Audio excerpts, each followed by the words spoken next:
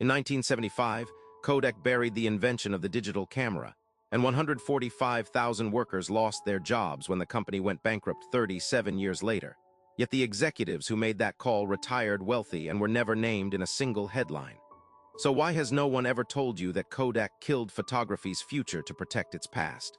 Kodak was not just America's camera company. It was the camera company. In 1976, they controlled 90% of U.S. film sales. Their yellow boxes sat in every drugstore and grocery aisle in the country. The government had sued them twice for monopoly behavior, and Kodak had survived both times. 3 generations of American families ran their lives through Kodak. The summer vacation, the school photo, the wedding album, they weren't just a brand, they were a ritual, and they knew it. In December 1975, a 24-year-old Kodak engineer named Steve Sasson built something in a lab in Rochester, New York. It weighed 8 pounds. It captured images onto a cassette tape. It took 23 seconds per photo, and it required 0 film. He brought it to management and showed them what it could do. An executive asked how long until digital could match film quality.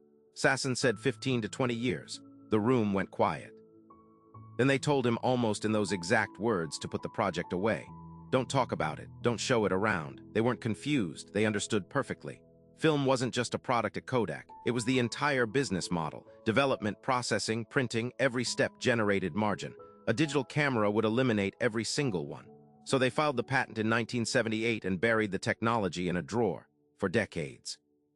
What happened next is what they really didn't want public. They didn't ignore digital photography. They managed it. They quietly licensed pieces of the technology to control who could use it. They acquired small digital camera startups, not to develop them, but to keep them off the market. They funded internal digital projects designed to stall, not ship. Every move was calibrated to slow the transition while the film profits kept flowing. Meanwhile, in Tokyo, Sony, Canon, and Nikon had no film empire to protect. No chemical supply chain generating 70% margins. No reason to hold back. They built digital cameras with urgency. Kodak built them with reluctance. By the mid-1990s, Kodak finally launched consumer digital cameras. They were late and underpowered and marketed like an afterthought. But the internal data told a different story. Kodak's own researchers had mapped the digital transition in detail. They knew how fast sensor technology was improving. Steve Sasson had told them in 1975, 15 to 20 years. The clock had been running since that meeting. Executives in the early 2000s were standing in boardrooms telling shareholders the film decline was manageable. Internal documents from that same period show they knew it was not. They chose the margin. Quarter after quarter, the film division generated billions in profit. Writing it down meant admitting the business was dying. So they didn't write it down. They cut costs, laid off workers, and kept projecting recovery. In January 2012, Kodak filed for Chapter 11 bankruptcy. The company that once employed 145,000 people went into court with fewer than 17,000 on payroll. Entire neighborhoods in Rochester, built over a century around Kodak wages, collapsed. Retirees watched healthcare benefits get gutted in bankruptcy proceedings. Pension funds took cuts. People who had given 30 years to that company were handed lawyers and court filings instead of what they had been promised.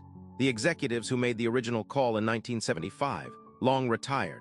The film profits they generated through the 1980s and 90s, cashed out. Stock options exercised. Severance collected. Steve Sasson received the National Medal of Technology in 2009 from Barack Obama, not from Kodak. He was 58 years old and had given them 34 years. No one from the company that buried his invention stood on that stage. No law was broken. That is the part that matters. Nothing Kodak did was illegal. No regulation required them to develop a technology that would destroy their own business model. No rule compelled them to warn their workforce that the floor was going to fall out. The system that allowed a company to suppress a world-changing invention to protect quarterly profit, that system is not a historical artifact. It is still running. Sasson's original prototype is in a museum now. The 8-pound camera that could have launched the digital revolution in 1975 sits behind glass, next to a placard that calls it a pioneering achievement. The company that called it a threat no longer exists. Apple holds patents on products it has never built. Amazon owns technology it has never released. The pharmaceutical industry buries compounds that threaten more profitable drugs. The mechanism is identical. The name on the door is different. What is sitting in a drawer somewhere right now, fully built, fully tested, that someone decided was too dangerous to let out?